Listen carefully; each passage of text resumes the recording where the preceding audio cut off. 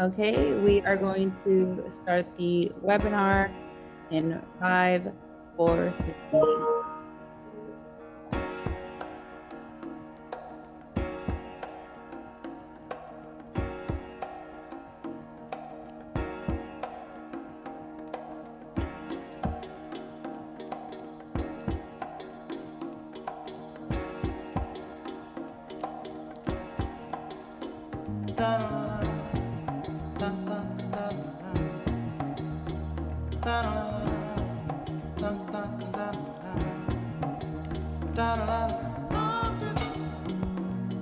Moonshots, spend it on the have-nots.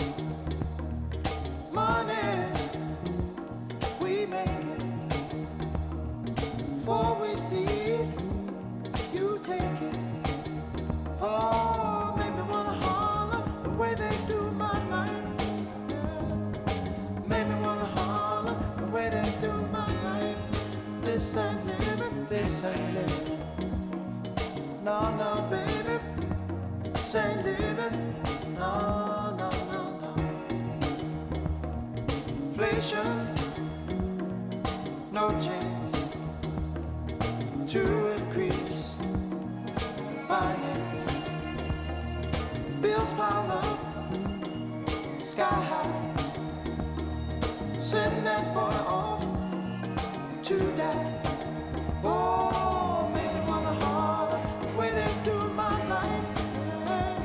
Yeah, make me wanna holler the way they do my life. Oh, baby.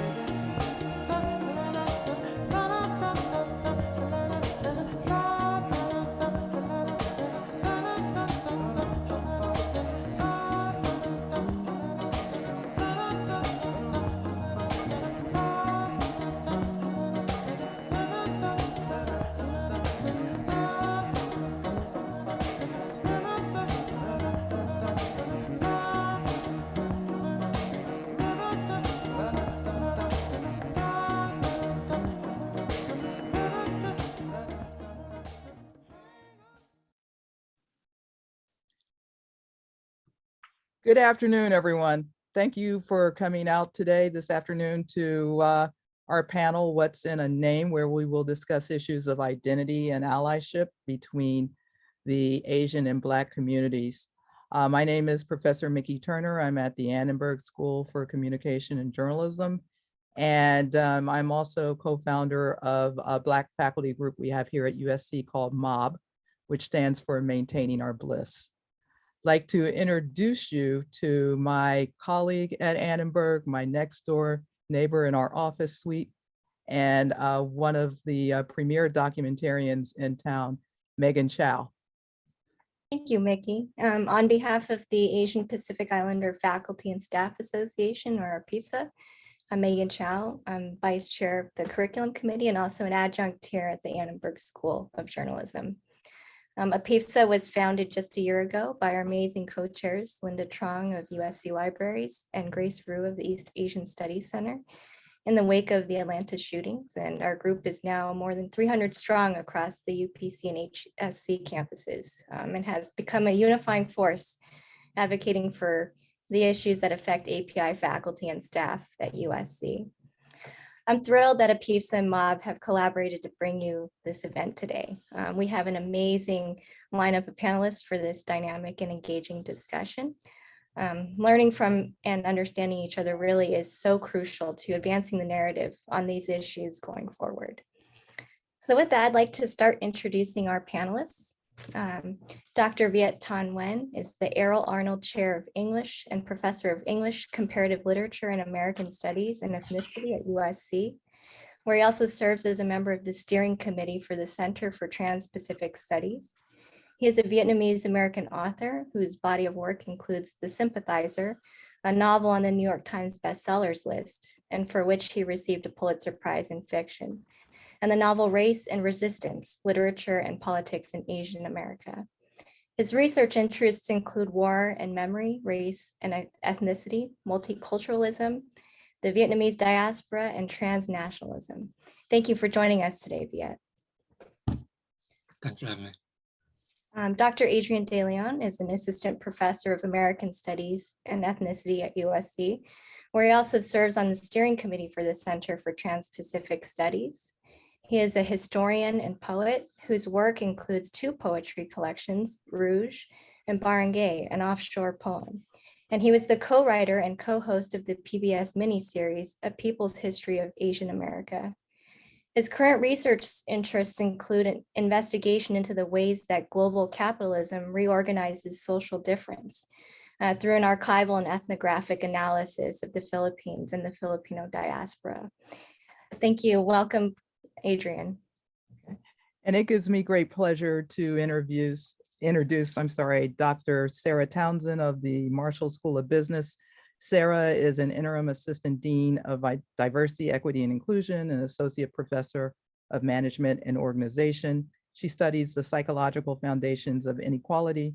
Her research reveals the dysfunctional behaviors and physiological costs that can result when individuals' cultural norms collide with the dominant cultural norms of organizations. And also visiting from the ATL, Dr. Erica V. Hall, who is an associate professor of organization and management, faculty advisor, Business and Society Institute.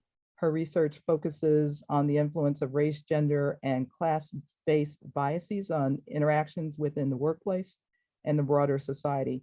Further, Professor Hall looks at how leaders with multiple minority identities are perceived in teams and organizations. Sarah and Erica have collaborated on a really well-written paper called What's in a Name? The Hidden Historical Ideologies Embedded in the Black and African American Racial Labels. We'll talk a little bit about that very soon. So Megan, throwing it back to you for the first question. All right. Well, I think to kick off this discussion, it's really important to look at the topic of identity first. I think the topic of identity is really complex for both the Asian and Black communities. You know, there are these broad terms that sort of embody a multitude of groups within. And, you know, identity so often is influenced by factors like immigration, generation, you know, socioeconomic status. Yet if you just talk about, you know, how you identify, you know, you've talked extensively in your work about being a child of refugees and, you know, your journey to America. You know, how has that influenced how you identify and what was your journey to get there? Well, you know, I've called myself, or I've described myself as being born in Vietnam, but made in the United States. So that's my identification, you know, that being Vietnamese has been crucial, but also being a Vietnamese refugee has been crucial as well. And what happened was that I was born, you know, came to the United States in '75 as fleeing from the Vietnam War and ended up in Fort Indiantown Gap in Pennsylvania. And what I'll say here is I think identity is absolutely crucial. I mean, identification with groups allows us to mobilize ourselves, to form identities and cultures and have affirmation. The ability to identify across our boundaries of different groups is also really crucial. And that's one of the things that we're obviously going to be talking about today. But there are also some real limits with identity that hopefully we'll also be addressing, because identities can paper over contradictions and limitations and obscure us, prevent us from seeing how power operates. So, you know, part of the last thing I'll say about this is that, for example, now in the language of diversity, equity, and inclusion, the way that Asian Americans tend to describe themselves is as AAPI, Asian American and Pacific Islander, which on the one hand seems really inclusive. That's a lot of people that we're talking about. Yet on the other hand, a lot of so-called AAPI organizations or events don't actually include any Pacific Islanders or don't have any kinds of substantive ways of addressing Pacific Islander histories, cultures, perspectives, and so on.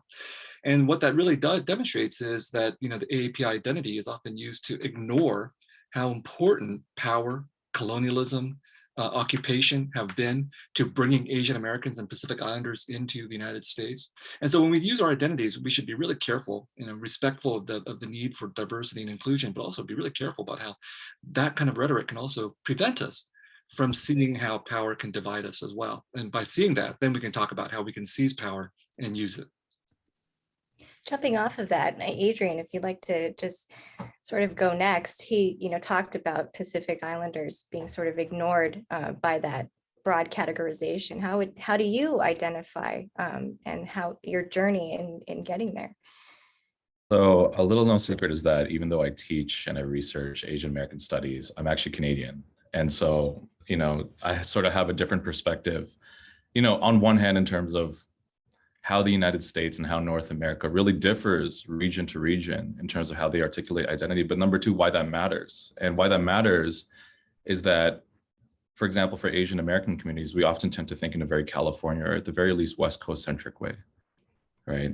We learn Chinese American diaspora through San Francisco, through Los Angeles, through Washington State, through Hawaii, perhaps, right? But not in the context, again, of race, empire, and colonialism and settler colonialism, but also the ways that so much of the institutionalization of identity, now it's called AANHPI Heritage Month, right? And so I completely agree with Viet in terms of what does creating an omnibus identity actually do to obscure not just the frictions within and across communities, but what does it do to obscure the sort of histories and the possible histories of solidarity across communities? So for example, the way to identify is sort of Filipino. I identify mostly with my tribe in the north, so mostly Ilocano. And what that does to me is it reveals histories of plantation colonialism, which enables our regional histories to be legible and sort of relate globally in different ways, and not just through immigration, but for example through plantation capitalism, through transatlantic slavery, right? Much of the violence and the impacts of plantation histories impacted both oceans and across different oceans as well. And so a lot of my work and a lot of the way that I think about identification is less about its institutional articulations, but rather, in what can more subversive ways of articulating identity do to help us rethink shared histories with each other. Erica, I'd like to toss this question to you as well. Within the Black community, there's Black versus African American and everything that embodies. How do you identify? Definitely identify as Black American as opposed to African American. And that was actually how everything started, with a general idea that I kept calling myself Black in these interactions that I had with other people, and they would call me African American in response. So Sarah and I started thinking about this, and our other co-author, about whether there were differences between the two labels and how people perceive them. But I've definitely always been more comfortable with Black as opposed to like BIPOC when we're thinking about the broader category, because I do think that it obscures some struggles of the individual groups that are included in it. And Sarah, how about you? Just sort of bookend this question. Yeah.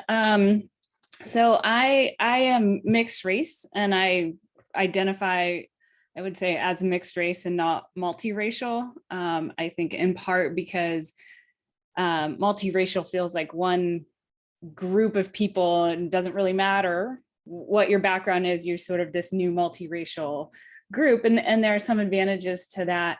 But for myself, I'm mixed Black, white, and Okinawan. And that feels important to me to acknowledge those different heritages. And even like growing up, I would always say Japanese, because if I said Okinawan, I grew up in DC, nobody knew what I was talking about. Maybe I could refer to Mr. Miyagi and Karate Kid. That was temporarily helpful in a very stereotypical way. But sort of as I got older and talked to my grandma and my dad and learned more about the history of Okinawa and especially vis-a-vis Japan, it became much more important to me to call out that identity as distinct from Japanese. And so when I think about myself and other people who have these different heritages, in some ways it's this great opportunity to kind of see how these identities interact and can kind of come together, and how we can all kind of support each other, and while still recognizing the distinctions and the differences that make us unique. Thank you. And that the topic of mixed identities is also a really interesting and complicated subtopic within this discussion. I'd like to throw this back out to, the whole panel about the identification and representation of mixed race identities and how that even how the color of our skin has created a social hierarchy in our country. Any thoughts on this? Adrian, I know you've done some research in this area. Maybe you'd like to take this on. I think from my research on it, what I would say is, especially when we think about, for example, like Asian American communities and Asian American history and culture, there is a sense that not only does the sort of omnibus definition or omnibus AANHPI sort of obscure the differences between East Asian, South Asian, Central Asian, Southeast Asian communities, West Asian communities, but actually obscures why that matters, right? So for example, from Filipino, as well as I think reaching across the board here, Okinawan communities, right? We can't think about being in diaspora and being in migration without thinking about not just US colonialism and militarism, but Japanese imperialism as well, right? And so a lot of the sort of frictions between our different communities is really one, I think, that is about not just the social hierarchies that are created between indigenous Asians, Southeast Asians versus more economically and socially and politically privileged Northeast Asians, but also why those histories came about and the sort of violent histories that made those hierarchies so. And I think that's really important in terms of the sort of diversity and equity work we do within the university, because a lot of students, especially undergraduate students, often feel like they can't immediately identify with, say, Asian American studies classes or Asian American groups, college groups, student support services, right, without getting at those more granular histories and ideas behind, how they constitute communities on their own right. Viet, any thoughts on this? Well, it's a very good topic. And I'll point out that when I wrote my novels, The Sympathizer and The Committed, I made the protagonist mixed race. He's part French and he's part Vietnamese. And these novels are very much about colonialism and imperialism and holding France and the United States to account for the various things that they have done in Asia when it comes to these issues of colonialism and occupation. And at the same time, I also wanted to hold Vietnamese people to account for the things that they have done, because one of the problems with identity, is that it allows us to organize ourselves, to be proud of ourselves, to resist when things are done to us. But then it also, in its worst moments, allow us to ignore what we ourselves do to others. So Vietnamese people, for example, are very quick to say we were colonized by the Chinese for 1,000 years and we were colonized by the French. And some Vietnamese people will say that we were occupied or invaded by Americans. And these are all bad things. And Vietnamese people will be very quick to decry racism directed against Vietnamese people. And yet at the same time, not too many Vietnamese people are willing to acknowledge the racism that exists within the Vietnamese community, both in Vietnam and here in the United States. So on the mixed race issue, for example, colonization left behind mixed race populations of Eurasians and Amerasians in Vietnam, and they were treated badly by the Vietnamese people. But it depended on how they were treated, depended on whether their fathers were white or black. So white Amerasians were treated badly, but black Amerasians or black Eurasians were treated worse. Okay, and this is an index of these kind of color politics that you're talking about that already existed in Vietnam and in other parts of Asia where lighter meant more prestige and more privilege. And this intersected with the racism that the United States and France brought into Vietnam. I mean, the Vietnamese absorbed the racism, the anti-Black racism that the French and the United States, the French and the Americans brought with them as well. So what I wanted to do with that was to, prevent Vietnamese people from simply identifying with these novels and saying, we're all Vietnamese. What I wanted them to do was to think, well, we are Vietnamese, but some of us are different than others. And some of us have treated each other worse because of these kinds of differences. And we need to be aware of how we ourselves, again, can abuse power even as we're abused by power. Thanks. Yeah, Erica, would you like to take this on? Sure, I certainly think there are power structures based on race and social hierarchy. But one thing that I think is really important is that, obviously this is not just in America, but colorism persists on a global scale. So I recently started teaching a class called Bias in the Workplace at Emory University. And the one topic that I think drew everybody in the classroom in was of colorism. They all had a certain anecdote or personal history with the fact that lighter people within their culture, so India, Asia, there were all across the board, lighter people within their culture were preferred, and some really heart-wrenching stories. So I do think that that gets missed a little bit, that colorism is persistent and pervasive just as much as we think of discrete categories based on race. And Sarah, your thoughts on that? Yeah, well, I think kind of going back to this idea of multiracial people and how those identities play into what we've been talking about. I think a lot of like it's in multiracial experiences where society fights these battles for identity in terms of where we decide to draw the line and who gets counted in which groups. And it certainly falls along things like your skin tone.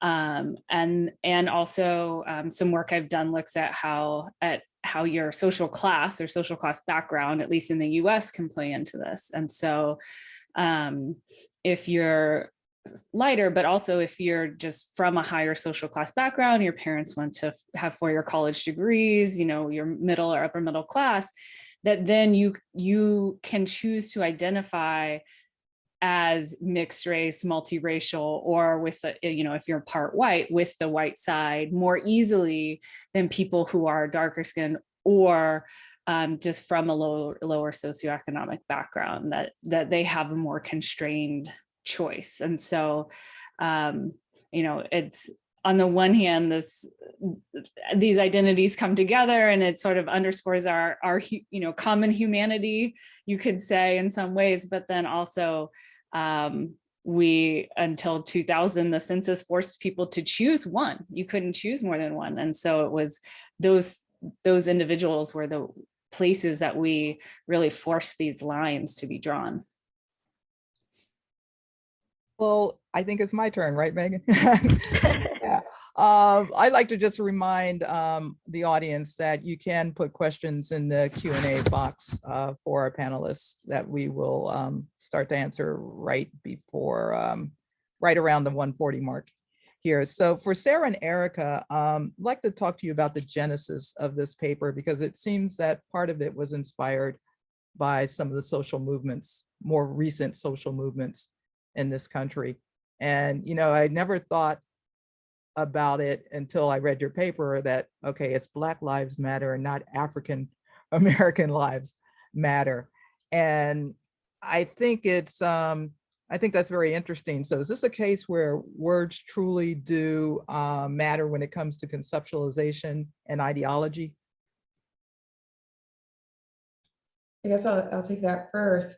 So actually, the impetus for this paper came long before Black Lives Matter. So our first paper on this topic was published in 2015, I believe it was, Sarah. And it really was, I go to these cocktail parties and I would speak about what I do, race research, and myself as a Black woman. And when people would respond to me, they would respond to me and say that I was an African-American woman. So it was almost as if I said my name was Erica and they responded by calling me Nancy.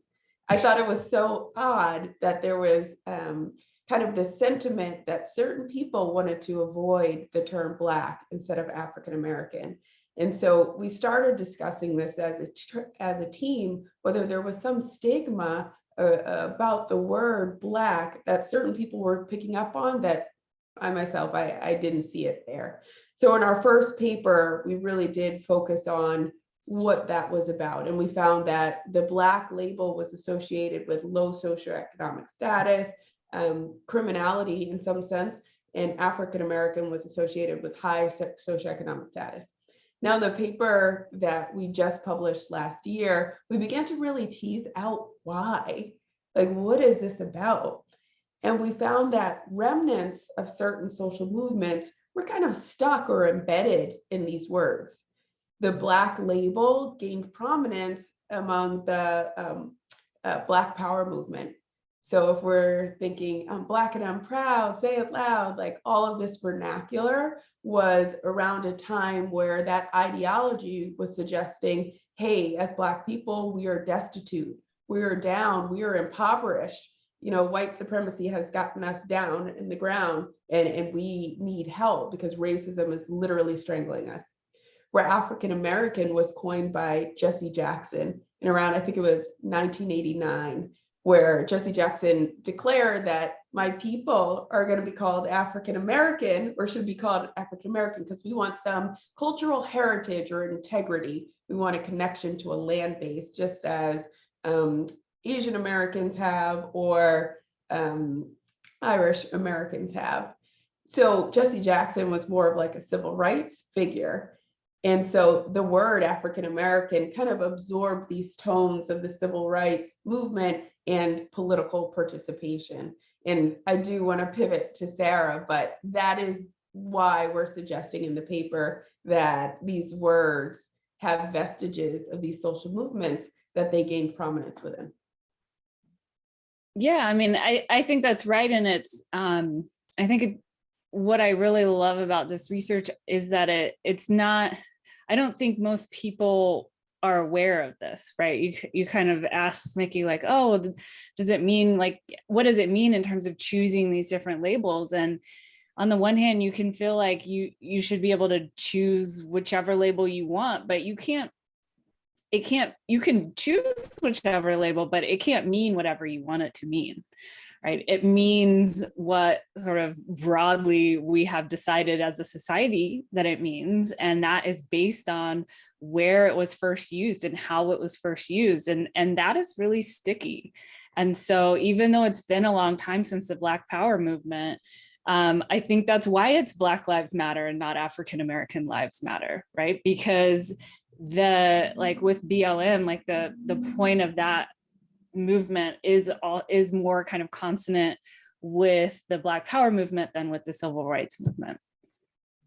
Now, one of the other things I found very interesting is, you looked into the media depictions of Black versus African American, and the Google study was really interesting. Can you talk a little bit about those key findings? Yeah, so we were interested certainly at first with just how people would use it, but we thought, well, when you do a Google Images search, the algorithm will pull based on how the image was captioned. And so if we did a search for, say, Black people in quotation marks or African American people, might the content of those, the meaning would seem to be exactly the same, but might we get different content results? And so we pulled the most common pictures that came up with the Black people search and the African American search. And we looked to see, well, what are those, like, do the images differ? And we had a set of other participants kind of rate them on a variety of things. And we found that the pictures that came up after the Black people search were more kind of negative. They showed sort of more stereotypical imagery, and also consistent with the Black Power movement and bias and discrimination ideology, those images also showed more kind of victimization. So people who were seemingly victimized in some way or lower socioeconomic status. Wow. Why do you think this is, Erica? Why are we seeing Why are there differences sort of in the labels? Yes. Well, I do think there's a scenario in which when a word is first created or it's gaining prominence and it's used frequently in conversation, it takes on the meaning of the sentences and the vernacular that surround it, right? So if Black is constantly being used in the context of a Black Power movement, in all of those speeches, that ideology, that terminology that's used around it, Black kind of absorbs this meaning. And it absorbs this meaning so that it's sticky, as Sarah says, where that meaning continues on even after the social movement has passed. So I think that because African American was used in that context and Black was used in Black Power movement context, continuing on to the current day, it still has vestiges or remnants of those social movements, and that's why there are differences. Gotcha.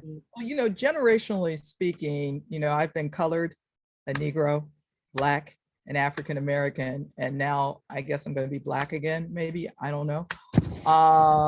But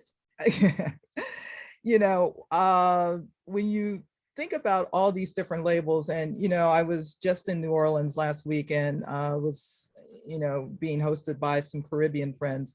They don't like any of those labels, okay, which is interesting. But I was just wondering, when you in your research, in terms of generational identity, was there a big difference in what people wanted to be called?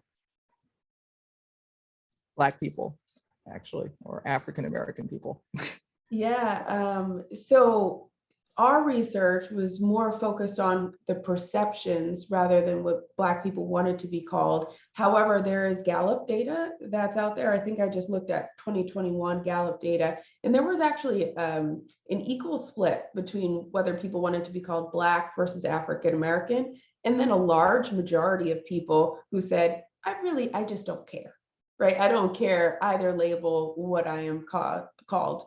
And back to something that Sarah said earlier, this is kind of why this is important, right? So if there's a large majority of people who just simply don't care, or the labels are synonymous to them, but they don't know that there are these outward perceptions of them based on the label that they choose, it's something that they should know is consequential. Okay. All right. Well, I'm going to kick it back to Megan, who has some questions for the group. Yeah, I wanted to sort of open this up to anybody who wants to take a stab at it, to give some context about and the allyship between Black and Asian communities. History has shown that it's complicated. Historically, persons of color have been pitted against each other throughout American history. So what does allyship look like for both of our communities? How did it come about and why? Yet, if you want to take a stab at this. Well, I think one of the things I want to stress here, and it goes back to Adrian's early comment, is that one of the problems Americans have in terms of discussing race is that they talk about it almost purely within an American framework, like that somehow the United States constitutes the boundaries for how we understand race, allyship, solidarity, racism, struggle, and so on and so forth. When in actuality, for me, it's really crucial to think about how race operates internationally as well as nationally, so we can understand what we're really dealing with here.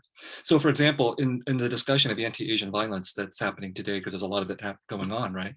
Obviously, Asian Americans and allies are upset about what's happening to Asian Americans domestically within the United States on the scale of thousands of incidents. What I want to remind people about is that the worst incidents of anti-Asian violence that have taken place throughout American history have been America's wars in Asia, which have killed millions of Asians, not just thousands of Asians. And when we think about racism in that dimension, what we have to think about is how what the United States does abroad is deeply connected to what happens domestically within the United States. And that allows us to rethink the notions of allyship and solidarity and what our struggles are really about. So I'll give you one example. And this might address the question in the chat from Esther Kim about people feeling, some non-Black people feeling frustrated with discussing Black Lives Matter because it seems to be focused too much on Black people. I tell people, you got to read Martin Luther King Jr.'s Beyond Vietnam speech. Like, everybody's read I Have a Dream, right? Everybody knows that they should do that to demonstrate their credentials. But very few people have read or listened to Beyond Vietnam. And in Beyond Vietnam, what Martin Luther King Jr. argues is you can't separate racism within the United States from militarism and imperialism overseas. And so the conundrum there is that in his view, poor Black men at that time were being drafted and sent off to kill Asians. So they're complicit in what's going on, but that the larger problem is structural racism and imperialism. And this message is so complicated and so unsettling and so powerful that I think even sometimes Black people have a hard time hearing this message. So for example, Spike Lee in Defy Bloods actually quotes Beyond Vietnam, and then he makes a movie that completely evacuates the anti-imperial part of Martin Luther King Jr.'s message when it comes to Vietnam. So we have a lot of work to do in that respect, but if we keep our eye on this international framework, where we see that in fact there have already been Afro-Asian solidarities taking place in the international context against imperialism, that Ho Chi Minh was already talking about the solidarity between Africans and Asians in the early 20th century. And Frantz Fanon, when he wrote Black Skin, White Masks, and he wrote that line that was quoted around the George Floyd murder, people were quoting Frantz Fanon as saying, "We can't breathe," and applying it to the George Floyd moment. They didn't go back and read the original, because what Fanon was talking about were the Indo-Chinese. That was who he was referring to. So there were already these gestures of Afro-Asian solidarity from way in the past in the international context, and it really behooves us to remember that now in our domestic struggles. Adrian, any thoughts? I would love to jump in after that. There are a couple of things that stood out to me, and this is also a sort of gesture to Esther Kim's question. So I teach the introductory level, the Making of Asian America course, and I think the sort of neat and tidy syllabus, especially after the institutionalization of ethnic studies, is to teach it just as a history of Asian Americans, from Chinese Americans to Japanese Americans to Filipino American labor until the model minority myth, et cetera. Right? But I teach it in a way that attempts to practice solidarity within the classroom and attempts to try to restructure historical as well as political consciousness, especially for predominantly Asian, the Asian American students in my classroom, which is I started as a history of the violent making of the United States, which is both Black and Indigenous history, right? And simultaneously imperial history abroad. I talk about the history of coolies and of coolie labor as being constitutive, not just of Asian racialization, right? But of the systemic post quote unquote emancipation devaluation of Black life, right? In the United States and abroad, right? It's a global project. But also one of the things too that stand out is, there's both abroad in Asia, across the Pacific, but also in the United States itself, part of the counterinsurgency project of the United States, of historical lobotomization that's going on right now, especially with attacks on critical race theory, histories of race in the United States at the K-12 and the university level, is that it's doing precisely what it was designed to do, which is to create a sort of historical amnesia around the critique of American imperialism and how everyone, Americans, Asian Americans, Black Americans included, are complicit in or used as fuel to propagate American imperial violence abroad, whether that's in the Middle East or in Palestine or in Asia, Southeast Asia, or in Okinawa, or in Africa, or on the domestic United States itself, right? And so, one of the moments that sort of stands out to me, sort of classic in the history of Black social movements, is we often forget that the Black Panther Party, right, that turned from sort of the peaceful or at least institutionalized peaceful politics of the 1960s, was a turn towards the politics of self-defense in the 1970s, once they started realizing the sort of limits of institutional change. And we often forget that the Black Panther Party was first named the Black Panther Party for Self-Defense, and that in each of their 10 points, they listed racial justice, social justice, human rights, education, healthcare for Black and oppressed peoples worldwide, right? And so this idea of self-defense is immediately constituted, as a sort of articulation of Afro-Asian solidarity for sure, especially during and after the Vietnam War, right? But was immediately articulated as a sort of act of solidarity around the world. And the fact that discussions of racism and identity in the United States are limited to the United States, to blank American, sort of obfuscates, and that obfuscation is the system doing its job, right? That even lateral violence, right, which we're sort of seeing and have been seeing over the past couple of years during the pandemic, it's not Black versus Asian or Asian versus Black, it's white supremacy pitting us against each other. Sarah, Eric, any thoughts? Oh, I'll let Sarah take this. No, I mean, I don't feel like I have anything lengthy to add, but to certainly kind of plus one to what has been said. And, I think that that it is, you know, kind of reminds me of where we started with this. Maybe it's in some ways problematic or catch-22, where we want to, like, we gain power from solidarity and kind of this like multi-ethnic, multicultural, multiracial coalition. And so, you know, how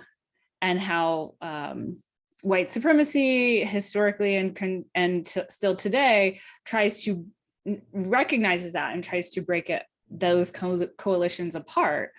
And so the more we can have the solidarity to support each other and work together and recognize sort of where the animosity is coming from, the better.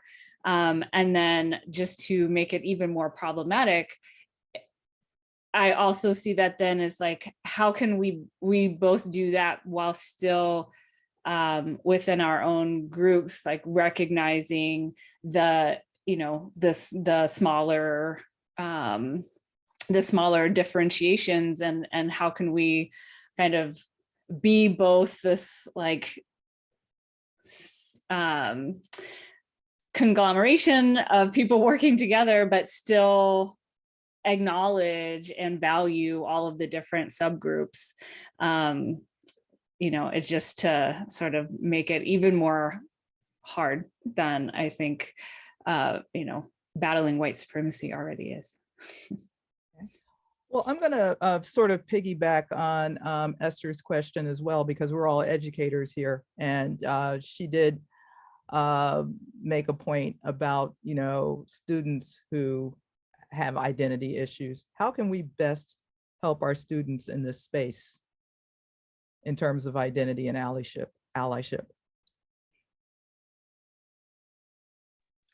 You know, one thing, I go around to a lot of college campuses giving talks, and I meet a lot of Asian American students, and what's kind of depressing is that they so often tell me that they're struggling with these identity issues like East versus West conflict, generational conflict, things like this. These were the same things I was dealing with when I was in college 30 years ago.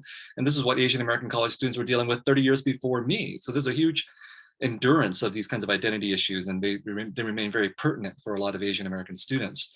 But what I tell them is that identity issues are not actually in the end about identity. They're not about cultural differences or anything like that, even though they feel that way.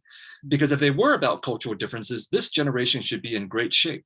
This generation has BTS, it has boba, it has all kinds of great Asian things that I never had when I was growing up, and yet they still are suffering from the same kinds of identity issues. And I tell them the reason that they're suffering from identity issues is because these identity crises and so on are an outcome of colonization.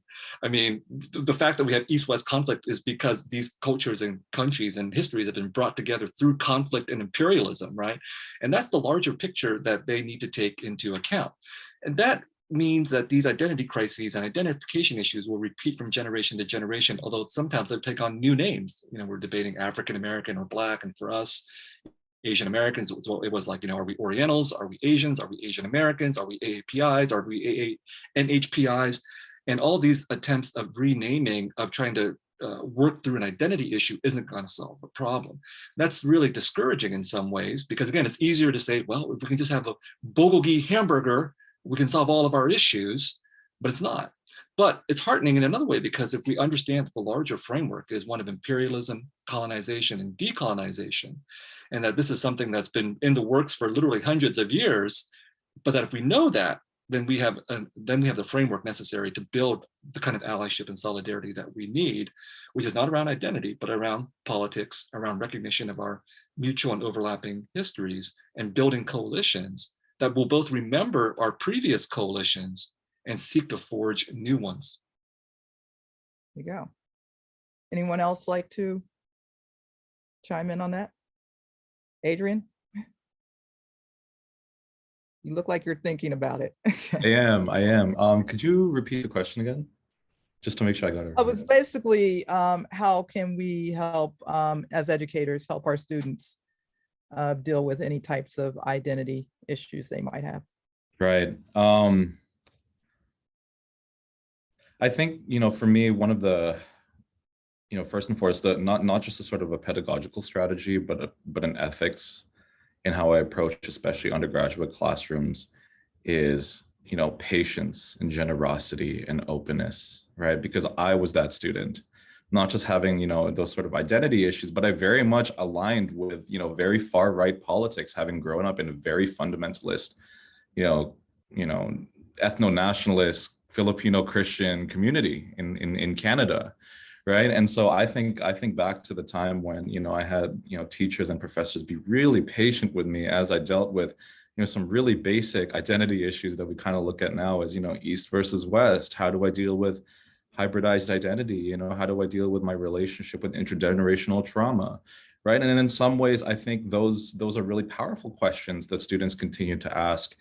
And I think that even as we ask, the same questions generations on end, the approaches and the answers can also be historically different, right? So, on my end, I decided what happens if I do take those sort of identity crises seriously and I take them at face value. What can I do to sort of excavate, different sort of, teaching approaches? How can I teach the history of settler colonialism and imperialism? How can I teach Asian American students, both first gen as well as incredibly privileged and prep school educated students, to identify with Black and Indigenous and Brown struggle all over the world, right? And so one of the things that I've started to do in my classroom is every week is organized according to a microaggression or particular identity crisis that they face, right? So, the classic one is, Asians are so good in math, why aren't you, right?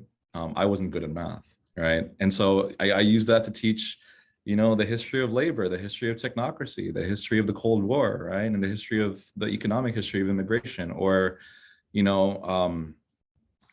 when I sort of discovered, Asian American politics, I sort of became very anti-lunchbox politics. I started becoming really impatient about, the familiar stories behind, lunchboxes that smelled bad or food that tasted weird or looked weird, right? And the sort of bullying that students got in classrooms because of that. And then as a teacher, I thought, actually that's a really powerful opportunity to teach something like the global pandemic, right? Because the very first, the very first instances, at least in the United States, of, racial violence at the breakout of the pandemic was against Chinese and Chinese looking people, right? Specifically small businesses, workers, and particularly food workers, right? And so what happens when students identify with, those everyday violences and they think, oh, this is a familiar feeling to have my family's food, my people's food, my mother's, my grandmother's cooking, my body be foreign and alien and potentially dangerous enough to bully, to kill, to maim 124 times, right? Like a couple of weeks ago, right, in New York, in Yonkers, right? And so I find those moments to meet where students are at to be incredibly powerful, and to do that kind of 101 work, Asian American Studies 101 work, and walk them along the path, even as personally and politically, I want to be somewhere else, right? But I think part of the calling of being educators is to slow it down a little bit and realize that the slow work of pedagogical change and social change and political change begins in the classroom. Okay. Now, Erica, do you think, and this is for you as well, Sarah, do you think that there is a significant challenge of dealing with identity issues for Black students at PWIs? I certainly do. I think there are issues of belonging that creep up, at least in my classroom, among the Black students, of how they're going to define themselves as well. Sometimes if they define themselves as the Black student, they feel like tokens where people are constantly coming to them for all the answers of their race. If they define themselves as students of Emory University, they feel like they're neglecting a large part of who they are, which is their racial group, being Black. So it's hard to kind of guide them in how they should adopt certain identities at certain times, but that's really what we got them to do, right? Kind of shape shift. You're a whole person, you're many different things in different contexts. you will bring out one identity versus the other. And this is kind of how you can maintain your mental health or your sanity while trying to figure out these issues. And Sarah? Yeah, no, I think that's right. I mean, I think some of it, especially in the undergraduate classroom, these are 18, 19, 20-year-olds.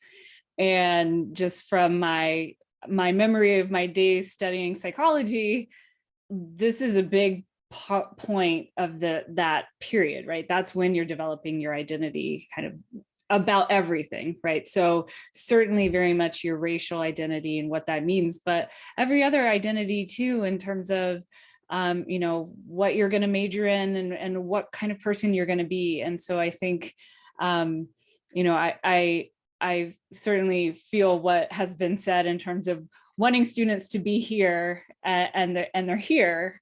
And, you know, I love like the reflection and self-awareness of like, oh, I was also there and someone guided me through this process too. And so I think that, you know, and relating it to allyship too, I spend, especially in the classes when I teach DEI, I spend a lot of time because I think a lot of students see it as like, oh, well, if I'm going to be kind of a leader in DEI or good in this area, then I need to be not white, right? Or if I'm going to speak to BLM, I need to be Black.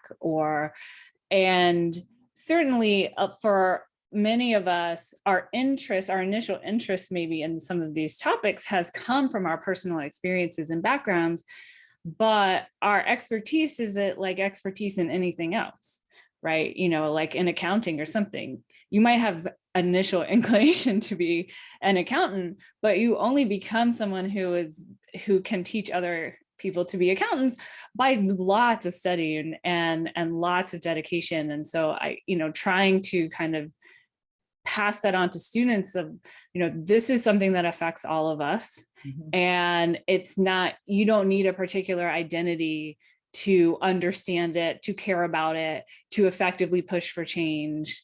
So, you know, trying to bring all students along this path. Gotcha. Okay, now there's one question from Shreen. How has your allyship been tested in your work? And her second question, what are finding inspiration in the topic of cross-cultural relations outside of your own work?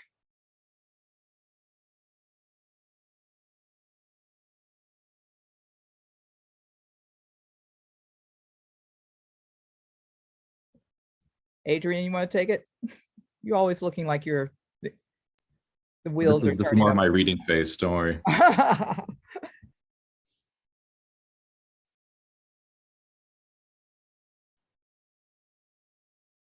I mean, has it been tested in your own work, particularly here at USC?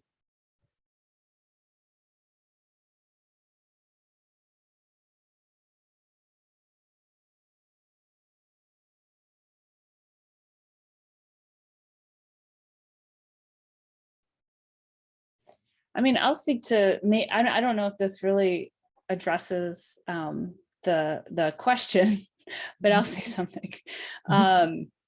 So one thing that I have found difficult as it is maybe related to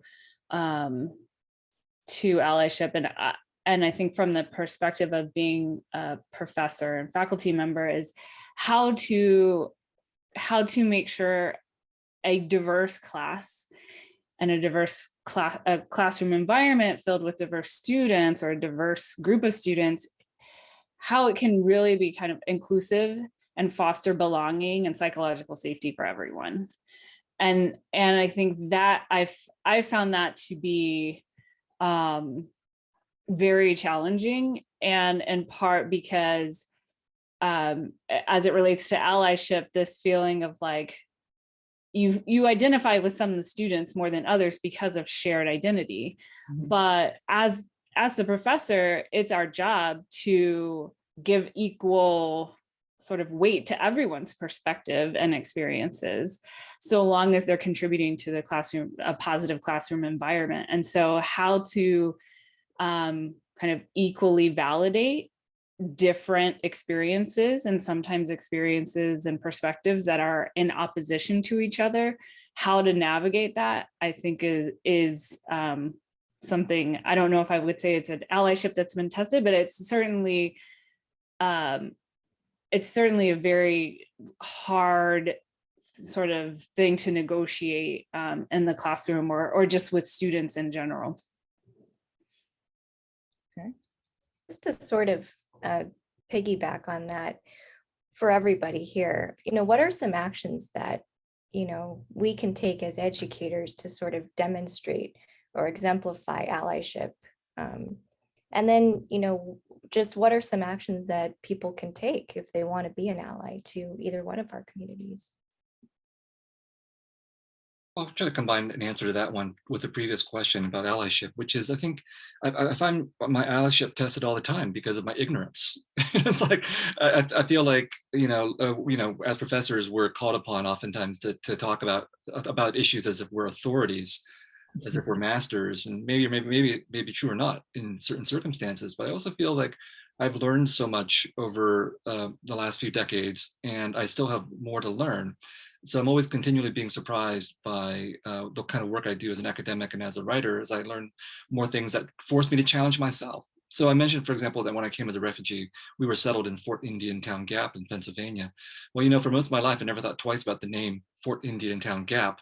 But the reason it's called Fort Indiantown Gap is because white settlers built it to fight Indian wars in the 18th century.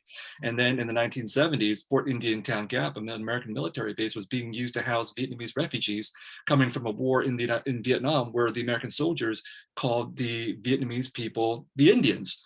So this is very, very complicated, way too complicated for a 4-year-old refugee to confront in 1975. And I feel like I've spent my entire life getting ready to think through what exactly it means for a Vietnamese refugee to come to this country and gain citizenship, belonging, property, prestige, a professorship, in a way that is completely inextricable from being settled at a military base used to fight against Indians, right? That, refugees may be refugees, but we're also not indigenous at the same time.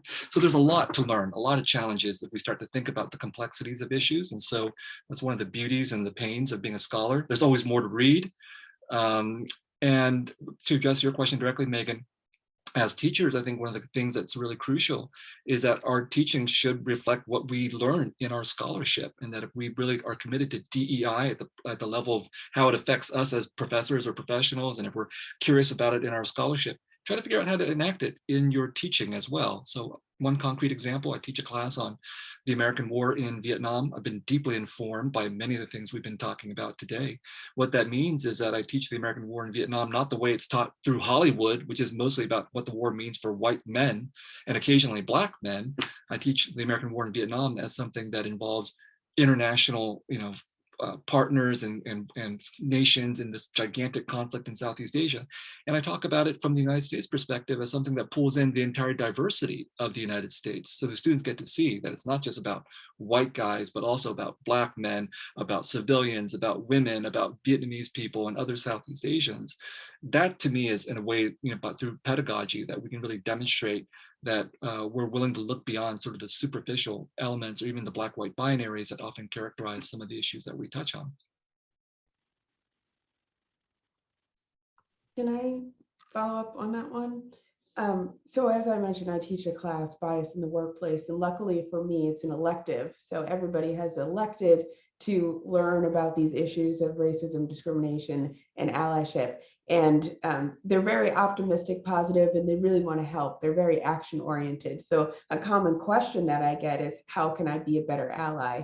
We did a segment on allyship in the class, and the definition that I presented to them ends in under the leadership of the affected group. And what does this mean? This means that if you're going to be an ally, there isn't kind of a one solution fits all for how to be an ally. You needed to be under the leadership of the group who is going through some struggle or some hardship. And that's going to differ based on what group you're trying to be an ally to. So the one thing that I do tell them in trying to figure out what are some allyship kind of offerings or things that you can do is have constant communication with the people who you're trying to be an ally for, and have them be the leader in telling you what they need as a group, what the struggle is for that particular group, and how they can help out. I like that a lot, Erica. And I would just say, I tell people like you don't want to just use your own perspective to say things that you think are what's right. You want to be, like you say, under the leadership. And I would just suggest that certainly if you have friends and and can reach out to them and they can tell you, and that makes sense for you. But it's also, if you don't know what to do, you don't know who to ask, you don't have to go up to an actual other person and say, hey, I want to be an ally. Can you spend an hour talking to me and telling me how to be an ally? Right? You can also listen to podcasts and, follow people on social media who are, leaders of those groups and those communities. And there are other ways. So I say that just because I made a similar suggestion in class, and then people thought they were supposed to just go up and ask other folks, and it created a whole, a little blip of a problem in the classroom. So There you go.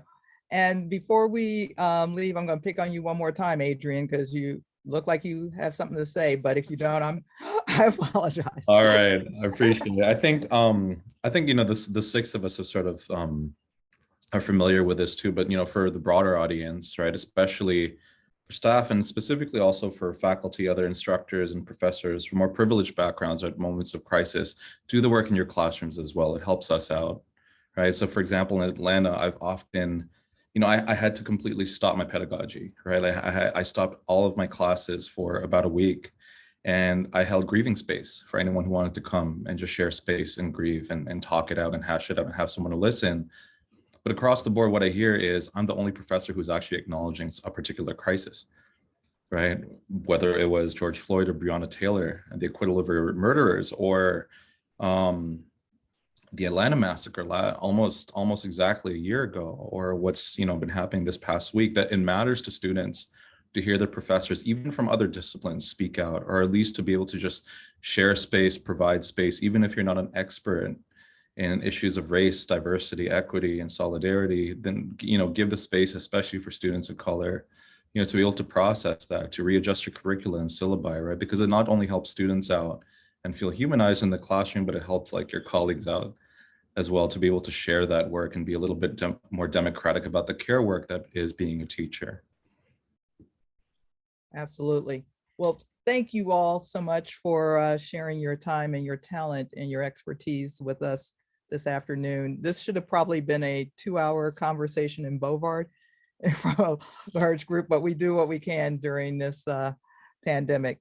Thank you, Megan. And on behalf of MOB and the Asian Pacific Islander Faculty and Staff Association, have a great afternoon. And we'll talk about this again soon. There's still more to come. Cheers.